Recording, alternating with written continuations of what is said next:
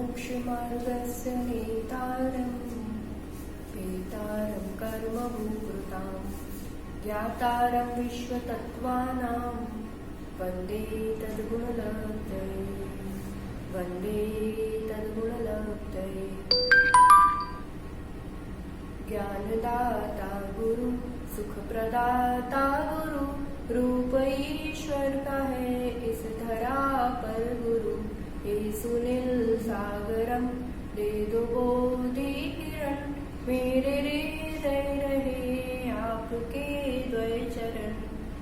जय बोल मुनिकुंज ज्येष्ठाचार्य श्री आदि सागर जी महाराज की जय। तीर्थक शिरोमणि परम पूज्य 108 महावीर कीर्ति जी महाराज की जय। तपस्वी सम्राट परम पूज्य 108 सन्मति सागर जी गुरुदेव की जय।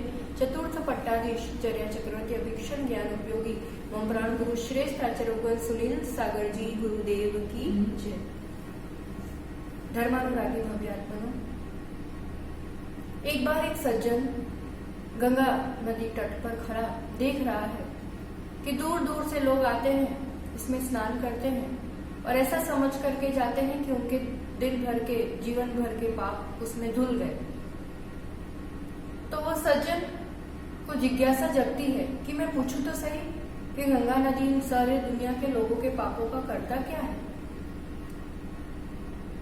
लोक मान्यता के अनुसार ये एक रूपक है पर समझने लायक है।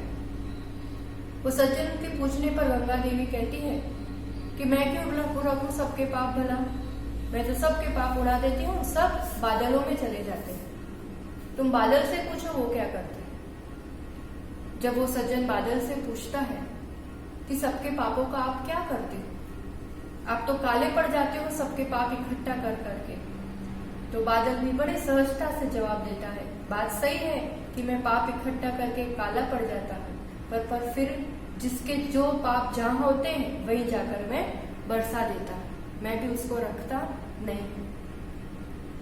समझने के लिए अपन इसको समझे तो वास्तविकता से देखे तो गंगा में पाप धुलते हैं, मतलब वीर हिमाचल से जो माँ जिनवाणी रूपी गंगा निकली है उसमें जो डुबकी लगाता है, उसमें जो स्नान करता है, निश्चित रूप से उस भव्य जीव के पाप धुलते ही धुलते।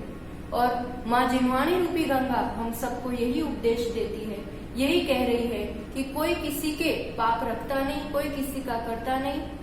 अपने कर्म सिवाय जीव को कोई ना करता धरता, अपने ही कर्म लौट करके आते हैं, मतलब जो पहले बांधे थे वही उदय में आते हैं और कोई भी जिम्मेदार नहीं है मेरे अपने जीवन के लिए। इस बातों को अपन थोड़ा सा समझने का प्रयास कर रहे हैं। संसार में अनेक प्रकार की विविधताएं दिख रही है। अपने एक ही घर में देख लो तो भी एक बालक थोड़ा ज्यादा होशियार है, एक थोड़ा कम है, एक गोरा है, एक काला है, एक ऊंचा है, कोई जल्दी से बात को पकड़ता है तो कोई जल्दी बीमार पड़ता है। हर तरह की इतनी जो विविधता दिखाई दे रही है और उसमें भी अपना ही खुद का जीवन देख लो। इस एक छोटे से जीवन में भी एक पूरा दिन भी एक सा नहीं बीतता है। जीवन किसी का एक समान नहीं होता है कि अच्छा ही अच्छा होता जाए, बुरा ही बुरा होता जाए। उतार चढ़ाव जीवन में रहते ही रहते हैं। कारण समानता क्यों नहीं है? क्योंकि किसी के भी जीवन में एक समान कर्म का उदय नहीं होता है। कर्म का विपाक, कर्म का फल एक समान एक सा नहीं चलता है। क्यों नहीं चलता है? क्योंकि कर्म एक समान बांधे नहीं है। तो एक समान कर्म क्यों नहीं बांधे हैं? क्योंकि किसी भी जीव के एक समान, अपन संसारी जीवों की बात कर रहे हैं ज्ञानियों, किसी भी संसारी प्राणी के एक समान भाव नहीं चला करते और जो अपने भाव होते हैं ना वही अपना भाग्य बनता है। प्रथमानुयोग पढ़ने का अवसर मिला हो और कभी चंद्र प्रभु चरित्र पढ़ा हो आपने, बहुत प्रेरक उदाहरण आता है उसमें। चंद्र प्रभु भगवान का जीव उनकी पूर्व पर्यायों में जब उनका जन्म होना था तो उस रानी को, उन माँ को 30-40 वर्ष के हो गए तब तक कोई संतान की प्राप्ति नहीं हुई थी। वो राजा और रानी, संयोग आता है अवधि ज्ञान मुनिराज का, उनके नगर में आगमन होता है। तब सहज रूप से उनका पूछना भी हो जाता है और मुनिराज को उनके दुख का कारण भी समझ में आ जाता है। तब वो कहते हैं कि हे देवी, आपको जल्दी ही पुत्र रत्न की प्राप्ति तो होगी, पर फिर जब कारण पूछते हैं कि अभी तक क्यों नहीं ऐसा लाभ प्राप्त हुआ, तब वो बताते हैं कि उस रानी अपने पूर्व पर्याय में एक सुंदर स्त्री थी। तब उन्होंने एक युवती को, जो सुंदर थी पर उस यौवन अवस्था में वो गर्भवती थी, तो गर्भवती अवस्था में तो सीधा रूप है कि शरीर की थोड़ी आकृति तो बिगड़ती है, विकार आता ही आता है, तो उसकी सुंदरता में थोड़ा सा अंतर पड़ रहा था। तो तब इस स्त्री ने एक निदान, एक संकल्प, एक भाव बनाए कि चाहे कुछ भी हो जाए, मैं अपने यौवन में तो ये सुंदरता पे आंच नहीं आने दूंगी, मैं कभी भी यौवन अवस्था में गर्भवती नहीं होंगी। भाव तब बनाया था और फल फिर इस भाव में इस रूप से मिलता है और जीव दुखी होता रहता है कि मेरे ही साथ ऐसा क्यों होता है, मैंने तो कुछ भी नहीं किया है, मैं तो सबका अच्छा करती हूँ, मैं तो अच्छा ही सोचती हूँ। हमेशा उस स्त्री के साथ क्या, अपने साथ भी इसी रूप से होता है।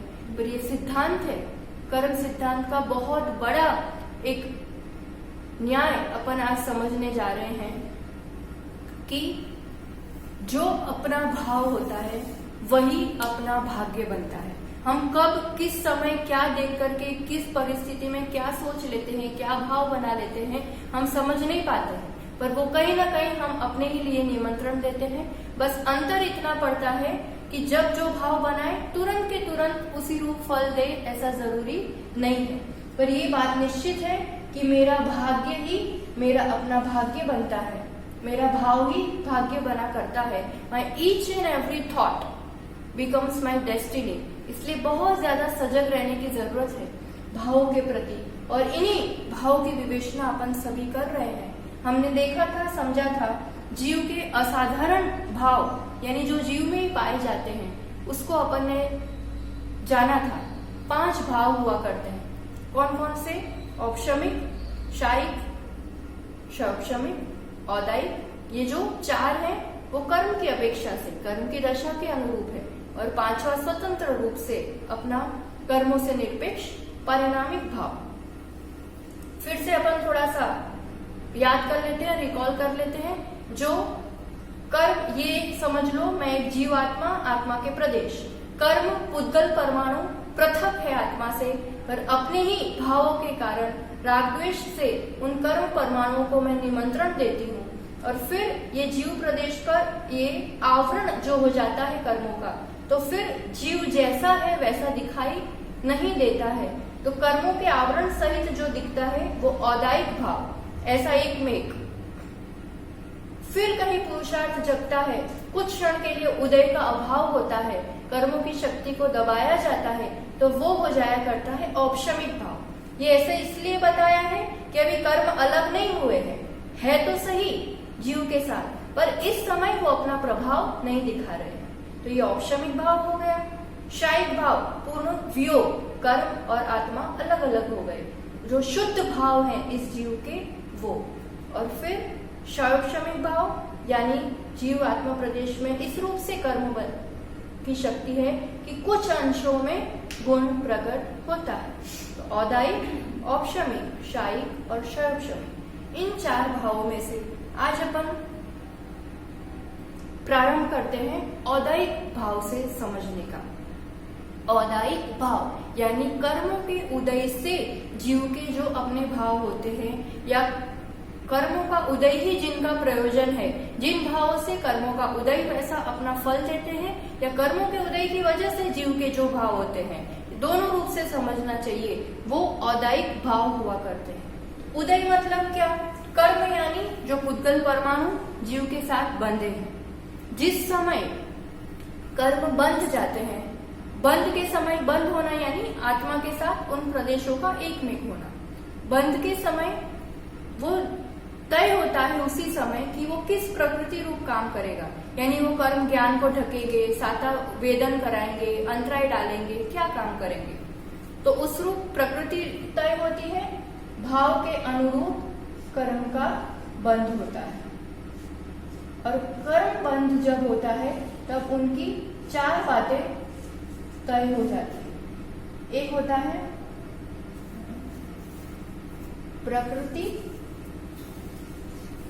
प्रकृति यानी क्या नेचर, क्या काम करेगा ये कर्म। फिर प्रदेश, कितने प्रमाण में कर्म बंधे हैं, अनंत परमाणु बंधते हैं हर समय कर्म के। और यहाँ जो अपने लिए आज प्रयोजनभूत है वो है स्थिति।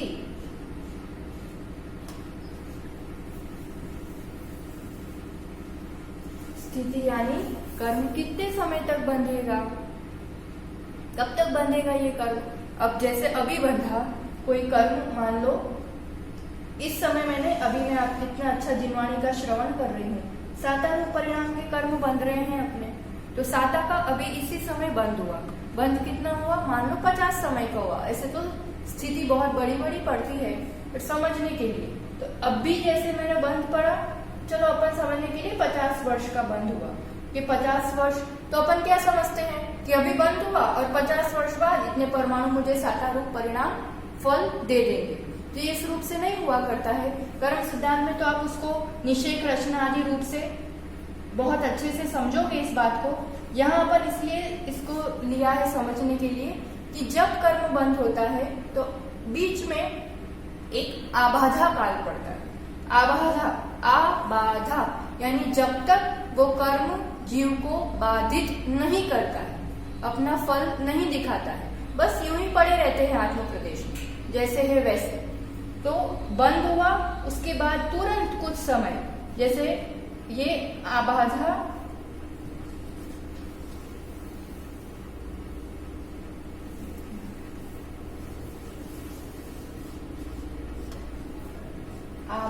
कहलाता है। ये बहुत इंपॉर्टेंट कंसेप्ट है समझने के लिए। हम इसको बाद में देखते हैं कि इसका क्या महिमा है जीवन में जानने से। आबाधा पड़ती है यानी मान लो 5 वर्ष तक तो कुछ उसका असर नहीं दिखाएगा।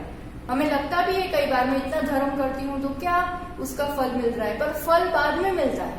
5 वर्ष तो उसका कुछ प्रभाव नहीं दिखाएगा और फिर हर समय थोड़ा थोड़ा करके उदय में आएगा।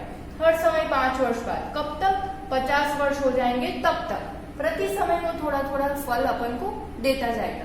तो इस रूप से ये पूरी संरचना हर समय कर्मों की होती जाती है। तो समझना इतना है कि फल कर्म बंधे अभी, फल बाद में मिलता है।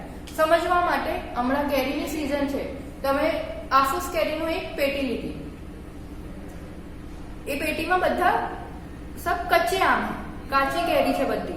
હવે ધીરે ધીરે ધીરે ધીરે એ પાકશે એવું એ દ્રષ્ટિએ આપણે એ કેરીઓ લઈએ। બરાબર, લીધી કેટલી કેરી લીધી, મીઠી 1 ડઝન લીધી। પ્રદેશ સ્થિતિ હવે કેવી રીતે થશે, એક અત્યારે ને અત્યારે આજે ને આજે ખાઓ એવી તો એક પણ કેરી નથી। ધીમે ધીમે ધીમે ધીમે પાકતી જશે। આજે 2 પાકી, કાલે 4 પાકી, તો એવી રીતે જેમ જેમ પાકતી જશે એમ ખાતી જઈશ ને પૂરી સ્થિતિ કેટલી, વધુમાં વધુ 10 દિવસ કેરી ચાલશે। એ 10 દિવસ એની પૂરી સ્થિતિ થઈ ગઈ। પણ મેં તરત બી નહીં ખાધી અને એક સાથે 10મા દિવસે બી બધી 12 કેરી નથી ખાધી, થોડી થોડી જેમ પાકતી ગઈ એમ એમ ખાતી ગઈ। તો એવી રીતે જ આ કર્મોના મામલામાં બી ફલ વિશે સમજવાનું।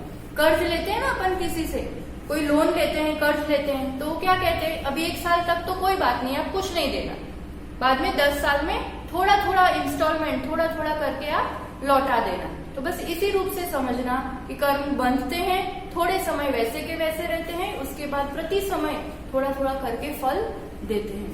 तो ये जो मैंने इस जीव आत्मा ने जाने अनजाने, ज्ञान से अज्ञान से, जिस भी भाव से कर्म बांधे हैं, अब वो उदय में आ रहे हैं। तो वो कर्म अपने उदय की वजह से कितने तरह के भाव पैदा करते हैं, उत्पन्न करते हैं। तो आचार्य भगवान तत्वार सूत्र में भी उसका सूत्र आता है और कहते हैं कि कुल 21 प्रकार के औदायिक भाव हुआ करते हैं, यानी 21 तरह के भाव होते हैं कर्मों के उदय की वजह से। कर्मों की मूल प्रकृतियां 8, उत्तर प्रकृतियां 148, पर उस वजह से कोई एक एक कर्म की वजह से एक एक भाव वैसे नहीं लिया है आचार्यों ने। मूल कर्मों की अपेक्षा ही देखेंगे, सबसे मुख्य रोल रहता है मोहनीय कर्म का, कषायों का, सब पूरा जो इतना खेल है उसी का है। पर फिर भी जो जिस गति में है, जिस रूप के परिणाम है, तो क्या क्या भाव हुआ करते हैं। तो 21 भावों को अपन एक एक करके थोड़ा सा इसको समझेंगे कि मेरा कोई उदय चल रहा है तो स्वतः किस रूप के भाव उस जीव के बन सकते हैं। सबसे पहले अपन देखेंगे तो गति। गति यानी जो मुझे दूसरी पर्याय में गमन कराए, वो गति नामकर्म, ये मूल में कौन सा हो गया, नामकर्म। नामकर्म की वजह से जो जिस आयु में अभी बंधा है, जिस गति में है, तो उस गति रूप परिणाम किस रूप से होते हैं। जीव काल में भी इसका अच्छा विवेचन है गति मार्गणा के अंतर्गत। और पहले नरक गति, तिर्यंच गति, 4 भाव हो जाएंगे गति अनुरूप। तिर्यंच गति अभी जो हम खुद भोग रहे हैं जिनको, ऐसी मनुष्य गति और देव गति। नरक गति, इतनी बात तो पाए तक अपन को पक्का कर लेना चाहिए, इनको पढ़ते हुए जान लेना है, पर अब कभी भी नरक गति का उदय इस जीवात्मा को आना नहीं चाहिए। इस पर्याय में इतना काम तो अपने लिए कर ही लेना है। नरक जो में रहते हैं नारकी कहलाते हैं। तो ना की शब्द कैसे बना है, ना रति, रति यानी प्रेम भाव होना, एक सहज पसंद करना। तो जो नरक में रहते हैं यानी जिनको नरक गति का उदय है, तो सहज रूप से वो भाव कैसे होते हैं, वो न स्वयं के प्रति न दूसरों के प्रति रति भाव से रहित रहता है, किसी को पसंद नहीं करता, सबके लिए द्वेष भाव रहता है, इसका ये बिगड़ जाए, इसको मार दूं, इसको काट दूं, यही परिणाम, क्योंकि उस गति संबंधी उसका औदायिक भाव ही उस रूप से होता है। पर सावधानी रखना, यहाँ भी अगर थोड़ा सा भी किसी के प्रति द्वेष भाव आ जाता है ना, कोई अपन को पसंद नहीं आता, कई बार नहीं होता, तो मैंने जरा ही गमतो नहीं, तो वो फिर कहीं ना कहीं हमारे लिए इस रूप से नरक गति संबंधी भाव हो गए, उसका बंद हो गया, और कहीं ना कहीं वो वैसा फल देगा कि ना मैं स्वयं को पसंद करूंगा, ना दूसरे मुझे पसंद करेंगे, ना मैं दूसरों को पसंद करूंगा। इसलिए बहुत सावधान रहना। जीव मात्र मैत्री भाव हो બહુ જરૂરી છે, તો જ આ નરક ગતિના પરિણામોથી બચી શકાશે। પછી तिर्यंच गति, तिर्यंच शब्द ही अपने आप में कहता है ना, तिर्यक यानी टेढ़ा मेढ़ा, कुटिल परिणाम, मायाचारी वाले परिणाम स्वतः इन जीवों में होते ही है। उसका कारण क्या है, मेन कारण है तिर्यंच गति का औदायिक भाव होता है ना, तो चारों संज्ञाएं, संज्ञा यानी आहार की इच्छा, बहुत ज्यादा भयभीत होना, मैथुन और परिग्रह, तत्संबंधी परिणाम बहुत ज्यादा तीव्र होते हैं इनके। तो इसलिए पापों की बाहुलता भी बहुत होती है और ये निकृष्ट अज्ञानी जीव कहलाते हैं। तो औदायिक भाव में क्या होता है, संज्ञाओं की, पापों की बहुलता, और कहीं ना कहीं अपने बचाव के लिए, खान पीन की व्यवस्था के लिए ये कुटिल रूप परिणाम इनके रहते ही रहते हैं। मनुष्य गति अपने खुद के औदायिक भाव अभी किस रूप से होते हैं, मनुष्य यानी जो मनस्वी होता है, मनस्वी यानी जिनके पास उत्कृष्ट मन होता है, बहुत बड़ी संपदा मिली है जो दुनिया में किसी को नहीं मिली है, हित अहित, अच्छा बुरा, क्या सही है, क्या मैं करने योग्य है, क्या नहीं करने योग्य है, इस रूप का विचार हम खुद कर सकते हैं। और सबसे बड़ी बात इसके औदायिक भाव में होता है कला कुशलता, इसके लिए एक भाव होते ही है। इसलिए अपन देखते हैं बचपन से ही, मैं ये सीख लूं, मैं ये जान लूं, कोई ज्यादा कलाओं का जानकार होता है तो उसको अपन बड़ा मानते हैं, होशियार मानते हैं, मेरे ये जान ले, मुझे ये देख ले, इन चीजों, ये मनुष्य गति के स्वाभाविक औदायिक भाव हुआ करते हैं। और देव गति में देव कांति युक्त होता है, रिद्धि संपन्न होना, वैभव होना, शारीरिक सुख होना, ये सब चीजें देवों में रहती ही रहती है।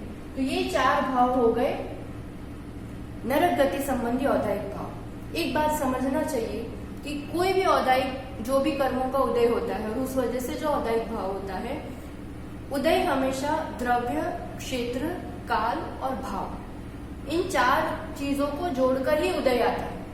उस कर्म के उदय संबंधी क्षेत्र भी होना चाहिए। मान लो मेरा तीव्र कषाय का उदय आ रहा है, उसका संभावना है, अभी उसका समय है उदय में आने का, पर मैं अगर मंदिर में बैठी हूँ, प्रवचन सुन रही हूँ, तो इतना जोर से फल नहीं दे पाएगा। और वही मेरा कुछ, मैं दूसरे कोई क्षेत्र में हूँ, वही तपस्या करते हैं, चौथे काल में अलग फल देता है, पंचम काल में अलग फल देता है। जीव कौन से गति में है, उस रूप ही असाता का ही उदय है, पर नरक में बहुत तीव्र रूप से असाता का उदय है, वो फल देगा। यहाँ पर अपनी समझ अनुरूप फर्क पड़ता है। तो उदय कर्म का होता है, पर वो जिस गति में है, जिस क्षेत्र में है, जिस तरह से उसके भाव चल रहे हैं, उस अनुरूप उसके फल में थोड़ा सा फर्क, भाव में अंतर पड़ता है। अब अपन देखेंगे गति के बाद आ जाएगा कषाय लेंगे अपन, चारों कषाय। तो ये हो गया मोहनीय कर्म की अपेक्षा, यानी चारित्र मोहनीय कर्म की अपेक्षा से फिर से 4 भाव आ जाएंगे। तो क्रोध, क्रोध आता आप सभी को? किसी को आता क्रोध के नहीं आता? आता है? कहां से आता है बताओ, कहां से आता है क्रोध? किस दिशा से आता है? तो वहां अपन दरवाजा लगा देते हैं कि वहां से नहीं आएगा। हम बहुत आसानी से कह देते हैं आता है, और सबको आता है, तो ये तो होता ही है, तो ये तो करना ही पड़ता है गुस्सा, उसके बिना काम कैसे चलता, उसके बिना बच्चे मानते नहीं, उसके बिना अपना प्रभाव पड़ता नहीं। पर ये कहीं ना कहीं इतना समझ लो, कल भी इसीलिए एक बात रखी थी, मैं जिम्मेदार हूँ। क्रोध आता नहीं है, मैं क्रोध करता हूँ। जब इतने पर बात आएगी ना कि हाँ मैं करता हूँ, तो फिर कहीं गुंजाइश होगी कि हाँ मैं ही करता हूँ, तो फिर इसको कम भी कर सकता हूँ, ज्यादा भी कर सकता हूँ, नहीं करना हो तो भी वो मेरे हाथ में है। पर क्रोध, मान, माया, लोभ, ये चारों कषाय विभाव परिणाम है। विभाव यानी किसी न किसी निमित्त से ये उदय में आते हैं और अपना फल दिखाते हैं, उस रूप से भाव होते हैं। शांति से बैठना हो तो उसके लिए कुछ नहीं करना पड़ता, पर कुछ निमित्त तो चाहिए, तब जाकर के मुझे गुस्सा आएगा। तो ये निमित्त के वश जो होते हैं विभाव परिणाम, और जैसा निमित्त आया वैसा ही मैंने भाव किया, तो ये हो जाएगा किसी ने कुछ बोल दिया जो नहीं अच्छा लगा, जो मुझे चाहिए था वैसा नहीं हुआ, नहीं चाहिए था वैसा हुआ, उसकी हिम्मत ही कैसे हुई, तो मेरी बात मानता नहीं है, तो कहीं अपेक्षाएं टूटती है। तो वहां जो डिस्टर्बेंस होता है, जो भीतर हलचल होती है, जो एक एनर्जी ऑफ डिसलाइक, कोई व्यक्ति, परिस्थिति, वस्तु पसंद नहीं आना, तो ये हो जाता है क्रोध का औदायिक भाव। ये सभी औदायिक भाव संसार बंधन का ही कारण है, संसार वर्धन का ही कारण है। इन भावों को अपन समझ ही इसीलिए रहे हैं भव्यों कि अब भाव बिगाड़ने के लिए, भाव बढ़ाने के लिए अपन को ये पर्याय नहीं मिली है। मान, मनुष्य बने हैं, मान के साथ ही पैदा होते हैं, और जितनी आयु बढ़ती है उतना उतना मान ही बढ़ाते जाते हैं। मैं कुछ हूँ, अब पहले बच्चा था, फिर मैं 10th में आया, अब डिग्री होल्डर हुआ, अब किसी का पति हुआ, कि पत्नी हुई, कि फिर मैं इतने फैक्ट्रियों का मालिक हुआ। ऐसे ऐसे करके अपना बोझ बढ़ाते जाते हैं, मान कषाय की वृद्धि होती जाती है।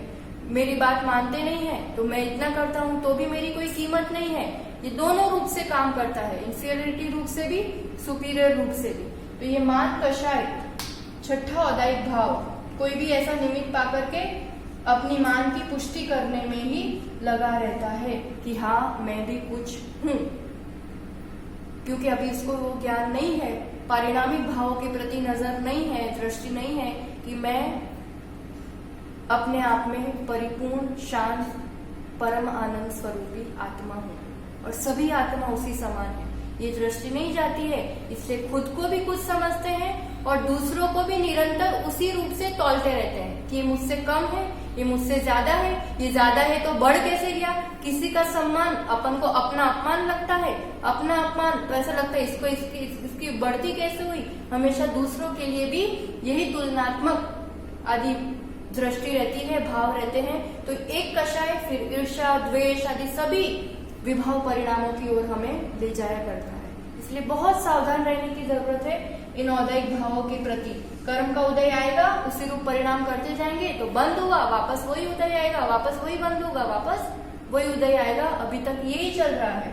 और इसी स्टेटस को मेंटेन करने के लिए जो मैंने अपने आप को कुछ मान लिया है, अब वो मान लिया है तो वो अब कहीं मेरी कमजोरी प्रकट नहीं हो जाए, जो मेरे को नहीं चाहिए वो बात पता नहीं चल जाए किसी को। इसलिए फिर मायाचारी का रास्ता अपन अपनाते हैं, माया करते हैं। कई बार होता है कि नहीं सच बताना, मन में ऐसा उसके लिए इतने अच्छे भाव नहीं होते। और कोई आप चलो आप आराम से बैठे हो, घर पे टीवी देख रहे हो, सब शांति से बैठे हो, खाना वाना बन गया है, अब खाने का टाइम है और कोई एकदम से आ गया।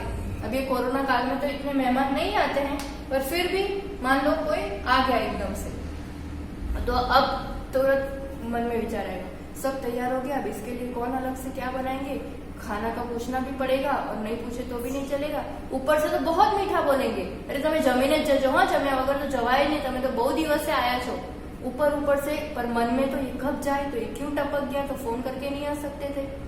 तो ये जो होता है, अंदर कुछ चलता है, बाहर कुछ चलता है, ये सब माया रूप परिणाम है, औदायिक भाव है, जो अभी भी मुझे सहज, शांत, आनंदित नहीं रहने देता है और आगे आने वाले समय के लिए भी इन कषायों की तीव्रता बढ़ती जाती है।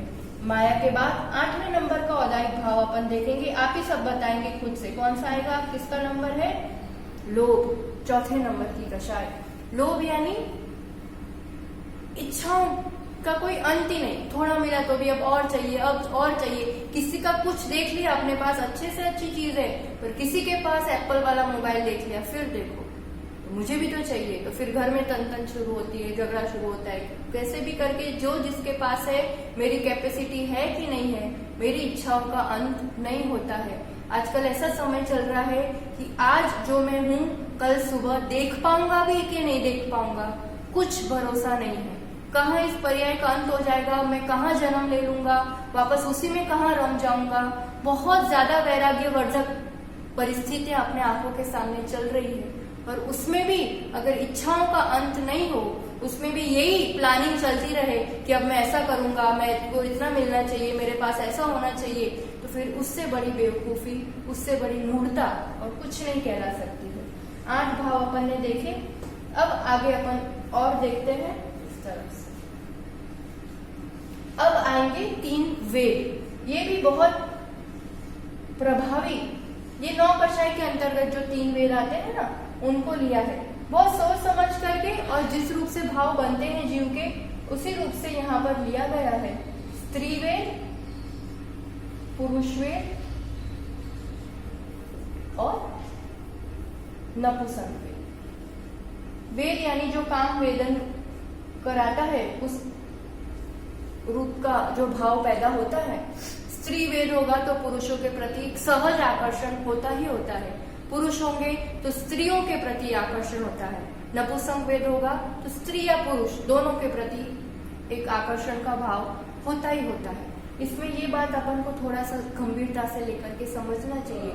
जब तक बालक अवस्था रहती है, इतना ज्यादा इसका तीव्र प्रभाव नहीं देखा जाता है, पर ज्यों ज्यों उम्र बढ़ती है, मान कषाय भी बढ़ती है, फिर इस रूप के भाव आने लगते कि मुझे कोई देखे, मुझे कोई पसंद करे, शारीरिक मानसिक इस रूप के जो परिवर्तन होते हैं। तो इस उम्र में जो अपन टीन एज वगैरह कहते हैं, 13 के बाद 22-25 तक की उम्र में, और अब तो क्या बूढ़ों तक में कहीं सब जगह दिखाई देता है, तो इस वेद का प्रभाव उदय जो दिखता है, इसमें बहुत ज्यादा संभलने की जरूरत है। कारण जब उदय होता है ना, जिसका उदय चल रहा होता है, उसमें अगर और अपन के सामने निमित्त आ जाए उसी रूप के, तो फिर उदीर्णा भी होती है। उदीर्णा यानी जो बाद में समय में पकने वाले थे, फल देने वाले थे, वो भी और इसी समय फल दे करके जाएंगे। मतलब क्योंकि अभी उसको चीज बढ़ रही है, मतलब थोड़ा गुस्सा आया, सामने वाले ने कुछ बोल दिया तो मुझे और तेज गुस्सा हुआ, और तेज गुस्सा हुआ, तो उसको वो माल तो चाहिए ना परोसने के लिए,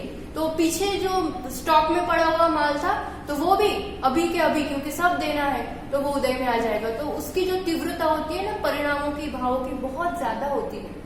स्त्री है, लड़कियां हैं, कोएक स्टडी होती है, लड़कों के साथ उठना बैठना, बोलना, मैसेजेस करना, चैट करना, फिल्म देखना, ये सब चीजें जो वातावरण बना हुआ है आजकल, तो उसमें क्या होता है, और निमित्त जुड़ने से, उदीर्णा होने से वो वेद इस रूप से अपना भाव दिखाता है, और औदायिक भाव उस समय उस जीव का इतना ज्यादा तीव्र हो जाया करता है, इतना ज्यादा हो जाता है कि वो उस संगति में कहीं फिसल भी जाते हैं, कहीं अपने परिणामों को नहीं संभाल पाते हैं, और पूरी जिंदगी का फिर रोना हो जाया करता है। इसलिए उन निमित्तों से बचना, उदीर्णा के निमित्तों से, कि कषाय ना बढ़े, वेद आदि ना बढ़े, शील बहुत बड़ी चीज हुआ करती है, और इन चीजों में संभालना बहुत महत्वपूर्ण बात है। जीवकांड में उदाहरण दिया है, काम वेदना नपुंसक की सबसे ज्यादा होती है। ईंटों की भट्टी, कितना ज्यादा उसमें अग्नि हुआ करती है, इतनी काम वेदना होती है नपुंसकों में। स्त्री में भी होती है कंडे की आग के समान, पुरुषों में कम होती है तिनके की आग के समान। पर अपन जिस भी पर्याय में है, द्रव्य से जो भी वेद है, यहाँ भाव वेद की बात हो रही है। भाव से अंदर अपना जो वेद है, उसकी ये इसको जीतना बहुत बहुत बहुत मुश्किल है। तो इन औदायिक भावों के प्रति अपन थोड़े से सजग रहें। उसके बाद आते हैं, ये ग्रुप वाले हो गए, अब एक एक आएंगे। सबसे बड़ा खिलाड़ी, यानी सब भाव जो काम करते हैं वो किसके पीछे करते हैं, मिथ्यात्व औदायिक भाव है, यानी मिथ्यात्व कर्म दर्शन मोहनीय का उदय हो रहा है। तो उसके उदय से किस रूप के परिणाम बनते हैं जीव के?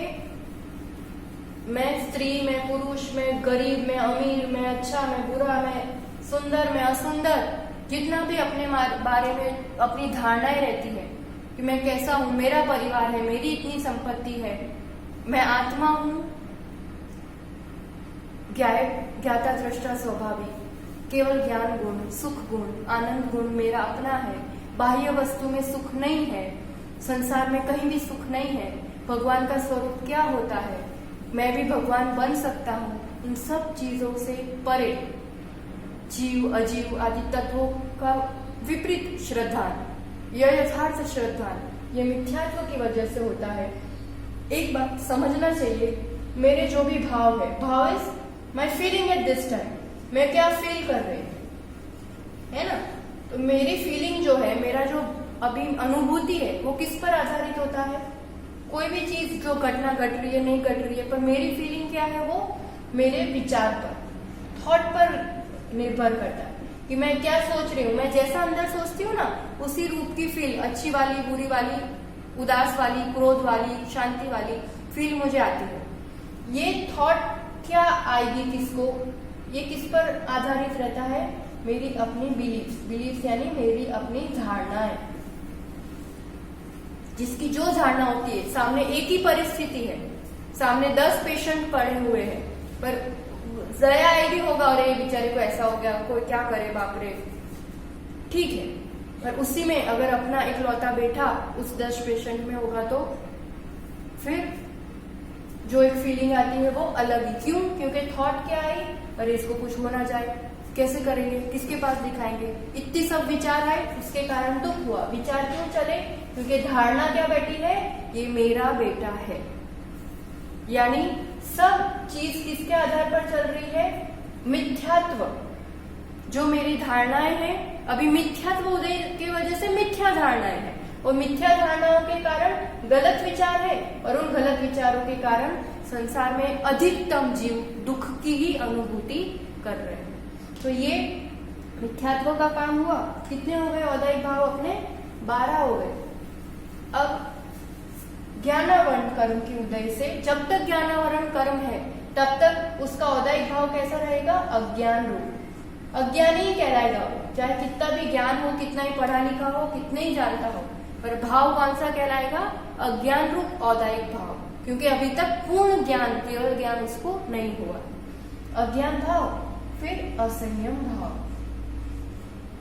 असंयम, ये किस वजह से?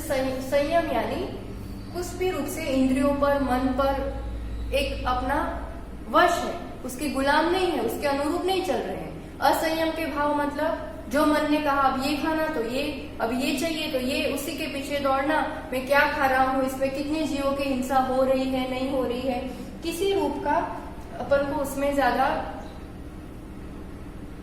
सावधानी नहीं रहती है।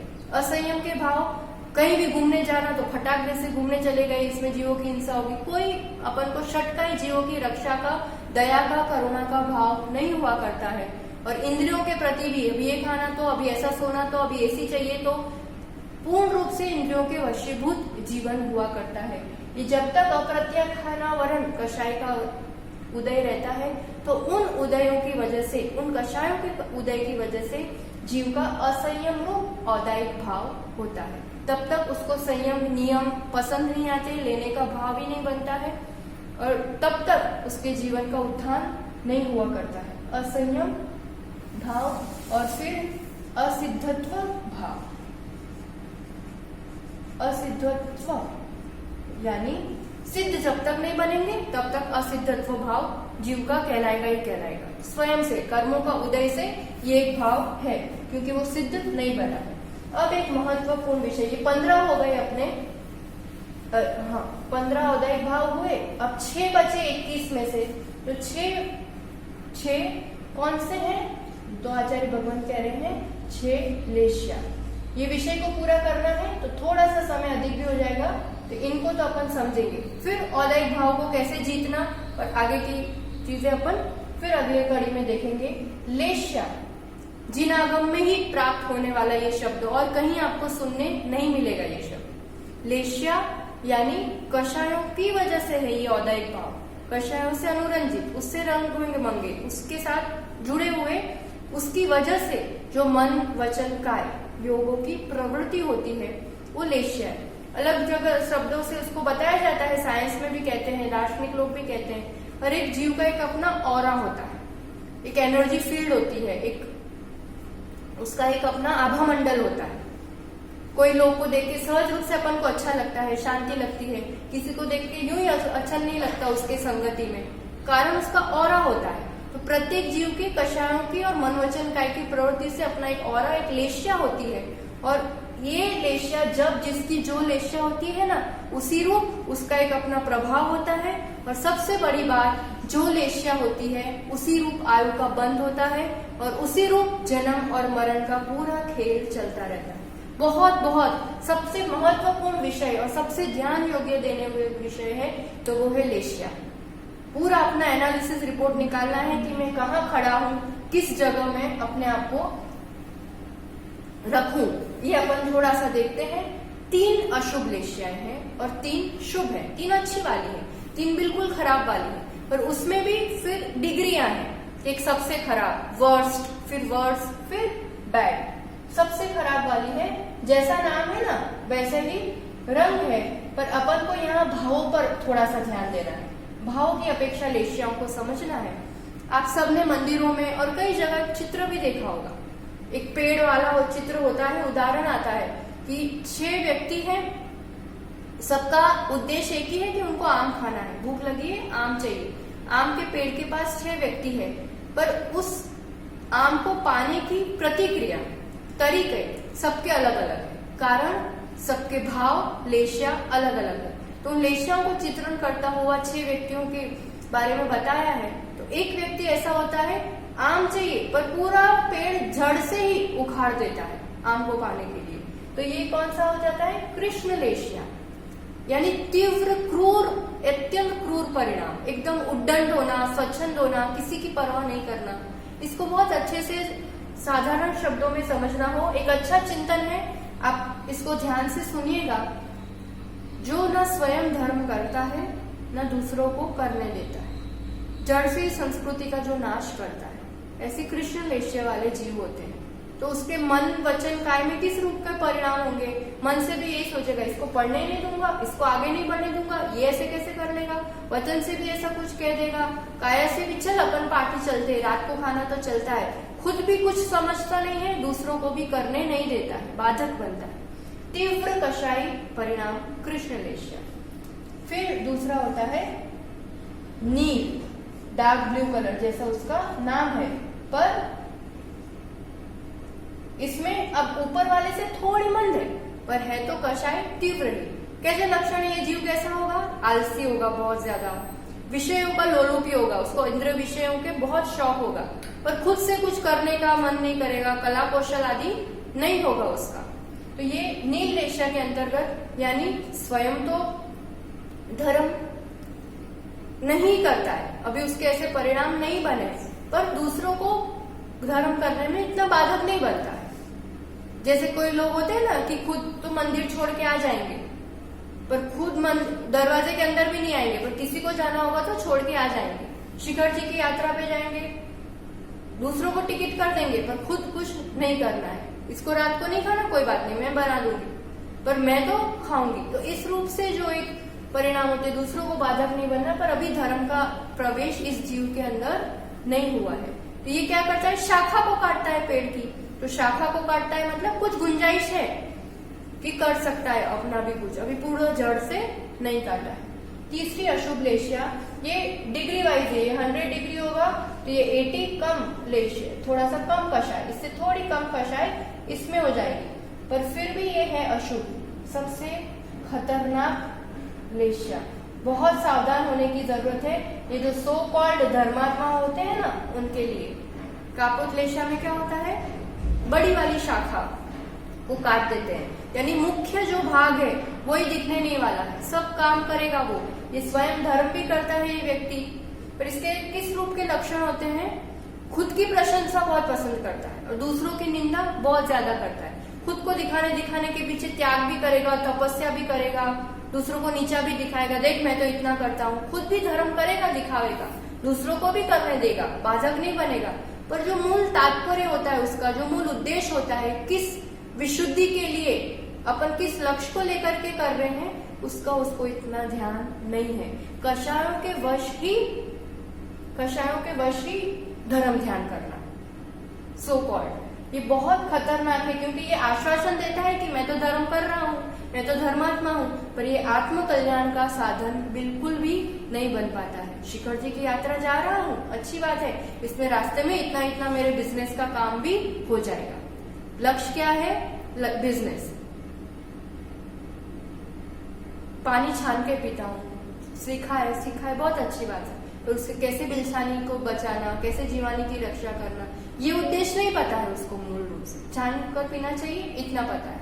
रात को नहीं खाना चाहिए, आसपास वाले कोई भी नहीं खाते, सब क्या कहेंगे, अच्छी बात है, नियम ले लिया, पर वो 7 बजे 7:30 तक चलता है, तो वो ठंडी हो या गर्मी हो या कुछ भी हो, ठंडी में बोले 6 बजे सूरज ना दिखे तो भी फिर वही चलता है। यानी मूल बात को नहीं पकड़ा है कि किस रूप से धर्म को करना चाहिए। त्यागी व्रती है तो भी मोबाइल चल रहा है, एसी चल रहा है। कई बार मोक्ष मार्गी दिखने वाले मोक्ष मार्गियों के मुख से ऐसा भी सुनने मिल जाता है, किसी का मन बन रहा हो ना मोक्ष मार्ग के लिए, तो कह देंगे देख भैया है तो बहुत कठिन मार्ग, पर तेरे को जमे, तेरे को जैसा ठीक लगे ऐसा कर ले। यानी उसने उस आनंद का, उस सहजता का, उस प्रसन्नता को कभी स्पर्श ही नहीं किया है जो मोक्ष मार्ग में है। ये सब कापोत लेशिया वाले जीव के लक्षण हैं। ये तीनों अशुभ लेशियाएं हैं। अपन अपने आप को टटोले, बहुत महत्वपूर्ण विषय है औदायिक भाव, इस रूप के भाव परिणाम चलते हैं अपने, तो अपन कहाँ चूक जाते हैं, कहाँ संभलना चाहिए। अब जो 3 लेशियाएं हैं इसमें अपन को एक एक करके आगे बढ़ना है। 3 अशुभ को तो छोड़ना ही छोड़ना है, पर अब कौन से आ जाएगी? चौथे नंबर की पीत। केशरिया वर्ण के कपड़े पहनते हो, धर्म ध्यान करते, विधान करते, पूजा करते, अभिषेक करते, ये जीव धर्मानुरागी जीव होता है, धर्म के स्वरूप को समझता भी है। गुरुओं की सेवा करना, दान देना, पूजा करना अच्छा लगता है उसको, पर इसमें इतना सा है, वो जीव व्यक्ति क्या करता है? पेड़ की शाखा को पूरा काटता है, तो शाखा को यानी बड़ा सा झुमखा निकाल लेगा पेड़ में से, तो झुमखा निकालते तो क्या होता है? काम की अच्छी वाली आम तो थोड़ी थोड़ी होती है और छोटी मोटी ऐसी बहुत सारी हो जाती है। तो इसी रूप से समझना, वो जीवन में उपयोगी काम कम करता है, अनुपयोगी काम ज्यादा करता है, पर फिर भी जो करता है अच्छे से करता है, न्याय नीति पूर्वक करता है। विधान रचाऊंगा पर बड़ा तामझाम करेगा, इतना जमनवार होना, इतना पांडाल होना, इतना म्यूजिशियन होना, ऐसे बड़े रूप से करने का, तो उसमें मूल वितरागता और मूल उद्देश्य इतना नहीं रहता है जितना तामझाम का रहता है। चक्रवर्ती आज इतना वैभव, इतनी रानियां, पर फिर भी धर्म ध्यान तो करते हैं। स्वधर्मेंद्र भी पीत लेशिया वाला होता है, इसलिए धर्म बुद्धि भी बहुत है, तो सब आयोजन करने की उसके एक शौक, उसका एक आनंद भी उसको बहुत रहता है। पीत लेशिया। फिर होती है पद्म। अब ये बढ़ती हुई विशुद्धि है, याद रखना। अब यहाँ कषाय मंद मंद मंद मंद होती जा रही है। इस जीव के कैसे परिणाम है? बस पके पके आम तोड़ रहा है पेड़ में से, बिल्कुल काम की चीज पर ही लक्ष्य रहेगा, मंदिर आएगा, भगवान से मतलब है, वितरागता से मतलब है, मंदिर में कौन आया है, कौन गया है, क्या पहना है, क्या बोल रहा है, उसको कुछ मतलब नहीं है। त्यागी व्रती, भद्र परिणामी और गुरु का अनुरागी, इस टाइप का जीव जो होता है वो पद्म लेशिया वाला जीव कहलाता है। और अंत में सबसे धवल शुक्ल लेशिया, अच्छे परिणाम, उत्कृष्ट परिणाम, सहज शांत, नीचे पड़े हुए आम लेता है वो व्यक्ति, उसकी संतोष, उसका समता का एक उत्कृष्टता देखो, कुछ चाह नहीं है, जो प्राप्त है वो पर्याप्त है, पुण्य से जो मिल गया उसी में शांति, उसी में संतोष, अत्यंत समता और अत्यंत सहनशील व्यक्ति होता है ये शुक्ल लेशिया वाला। और यही फिर आगे संयम का मार्ग लेकर के इसी लेशिया के बल पर फिर मोक्ष मार्ग बढ़ता है। अभी अपन मनुष्य हैं, 6 लेशिया औदायिक भाव में अपनी हो सकती है। तो इन औदायिक भावों को अपन ने देखा ज्ञानियों, बस इतनी सी बात के साथ कि औदायिक भाव कर्म का उदय और मेरा भाव, अभी यही दशा अपनी चल रही है। एक इंद्रिय आदि जो जीव होते हैं ना, आप कभी घर में बैठे बाहर खड़े पेड़ को देख करके सोचा करो, क्या अनुभव करता होगा, क्या परिणाम रहते होंगे इतनी तीव्र गर्मी में, क्या खड़े खड़े वो, बस उसके पास कुछ ऑप्शन नहीं है। कर्म फल चेतना, जो कर्म का फल है उसी को भोगते रहना, नो ऑप्शन। इनके परिपूर्ण सिर्फ और सिर्फ औदैहिक भाव होते हैं। कर्म का उदय आ रहा है, उसी रूप भाव हो रहे हैं संश्लेष कषाय के, वही लेश्या हो रही है अशुभ, और उसी को भोगना पड़ रहा है। अपन बहुत ऊंचे उठे हैं, मनुष्य बने हैं, मनस्वी हैं। अब अपन सोच सकते हैं, किसी ने स्विच दबा दी, वही कैसेट चलने लगे, वही बटन से वही अपने परिणाम बनने लगे, यानी जो उदय हुआ, किसी ने कुछ अच्छा कहा तो खुश हो गए, किसी ने कुछ बुरा कहा तो खेत खिन्न हो गए। तो ये इस रूप की परिणति जो ऑटोमेटिक स्विच की तरह चलती है अपनी औदैहिक भाव अनुरूप, तो इसमें थोड़ा सा परिवर्तन अपन को जीवन में अवश्य लाना होगा। तभी कहीं अपन थोड़ा सा जीवन में इन औदैहिक भाव से उठ करके औपशमिक की तरफ बढ़ पाएंगे। तो आगे अपन आने वाले विषयों में इसी औदैहिक भाव से औपशमिक भाव में कैसे पहुंचा जाता है, कैसे जीवन में प्रगति होती है, इनको देखेंगे, समझेंगे। इसमें कुछ भी जिज्ञासाएं हो तो अवश्य बताएं, कुछ त्रुटि रही हो तो माँ जिनवाणी क्षमा करें। आचार्य भगवान के चरणों में कोटिशः नमन करते हुए आप सभी के लिए यही दिव्य मंगल भावना कि माँ जिनवाणी का श्रवण कर आप सभी आत्म कल्याण करें। अब हम जिनवाणी स्तुति करेंगे। मिथ्यात्म नाश वे को ज्ञान के प्रकाश वे को आपा पर भास वे को भानु सीमा खानी है। छहो द्रव्य जान वे को बंध विधिमान वे को स्वपर पहचान वे को परम प्रमाणी है। अनुभव बताए वे को जीव के जिताए वे को काहू न सताए वे को भव्य और आनी है। जहाँ तहाँ तार वे को पार के उतार वे को सुख विस्तार वे को यही जिनवाणी है। जिनवाणी के ज्ञान से सूझे लोकालोक सो वाणी मस्तक धरो सदा देत हूँ दोत। हे जिनवाणी भारती तो ही जपो दिन चैन जो तेरी शरण गहे सो पावे सुख चैन। अब हम शांति पूर्वक 9 बार नमोकार मंत्र के जाप करेंगे।